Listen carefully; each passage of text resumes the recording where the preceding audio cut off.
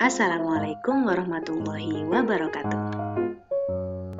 Halo semua, perkenalkan nama saya Devi Amalia Hikmahwati dengan NIM DEM 41191928, Prodi Manajemen Agroindustri Politeknik Negeri Jember. Kali ini saya akan memaparkan materi mengenai produk life cycle Frisian Flag.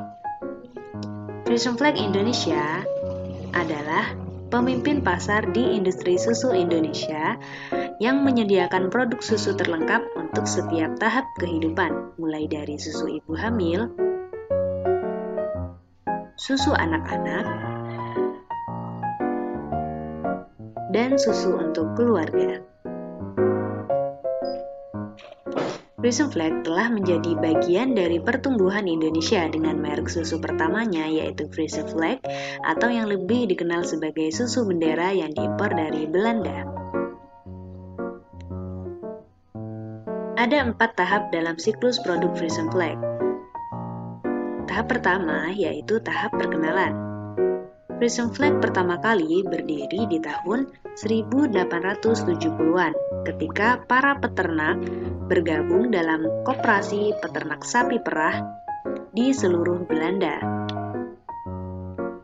Pada tahun 1913, sekitar 30 koperasi memutuskan untuk mendirikan perusahaan sendiri di Leeuwarden dan pabrik pengolahan susu yang bernama De Coöperatieve Condensfabrik Friesland atau Pabrik Susu Kental Manis Friesland yang sekarang menjadi Royal Friesland Campina. Dikenal dengan susu bendera oleh masyarakat Indonesia, Frisian Flag telah memimpin industri susu nasional selama hampir 100 tahun sejak tahun 1922 di Indonesia. Tak heran jika Frisian Flag kini identik dengan susu dan pertumbuhan dari generasi ke generasi. Pada tahun 1969, pabrik Pasar Rebo mulai dibangun dan pada awal 1971, pabrik tersebut mulai memproduksi susu kental manis untuk dipasarkan ke seluruh penjuru tanah air. Tahap kedua yaitu pertumbuhan. Pada tahun 1978, produk susu Frisian Flag mulai diproduksi di pabrik Pasar Rebo. Pada tahun 1988, Frisian Flag memproduksi susu pertumbuhan pertama di Indonesia dan susu bubuk instan atau instant milk powder. Pada tahun 1991, produksi susu cair mulai dilakukan di pabrik Ciracas. Tahap yang ketiga yaitu tahap kedewasaan. Pada tahun 1998, Frisian Flag susu kental manis atau SKM mulai diproduksi. Dan pada tahun 2010, PT Frisian Flag mengubah logo Frisian Flag dengan warna yang lebih cerah, dinamis, serta tulisan Frisian Flag yang lebih besar di dalam lambang bendera. Hal ini dilakukan karena Frisian Flag selalu ingin mengikuti perkembangan zaman. Frisian Flag mulai melebarkan pemasarannya ke Pulau Papua, dan ternyata Frisian Flag di Papua penjualannya laku keras.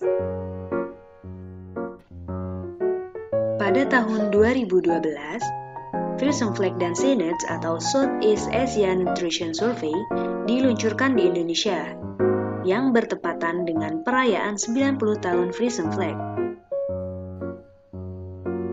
Tahun 2013, Friso mulai dipasarkan di Indonesia.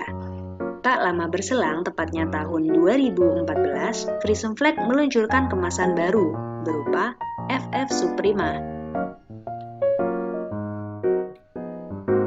Hingga banyaknya update kemasan ataupun produk baru sampai saat ini. 4. Tahap kemunduran. Sampai saat ini, belum ada hal yang membuat PT Frisian Flag Indonesia mengalami kemunduran atau penurunan. Ada beberapa kebijakan yang dilakukan PT Frisian Flag demi mensejahterakan masyarakat Indonesia. Pertama, bekerja sama dengan sekolah di Indonesia untuk mensosialisasikan mengenai pemahaman akan pentingnya nutrisi. 2. Memberikan kesempatan untuk anak sekolah mengadakan kunjungan ke pabrik. Dan yang ketiga yaitu mendirikan 46 posyandu di Jakarta Timur. Thank you. Semoga bermanfaat.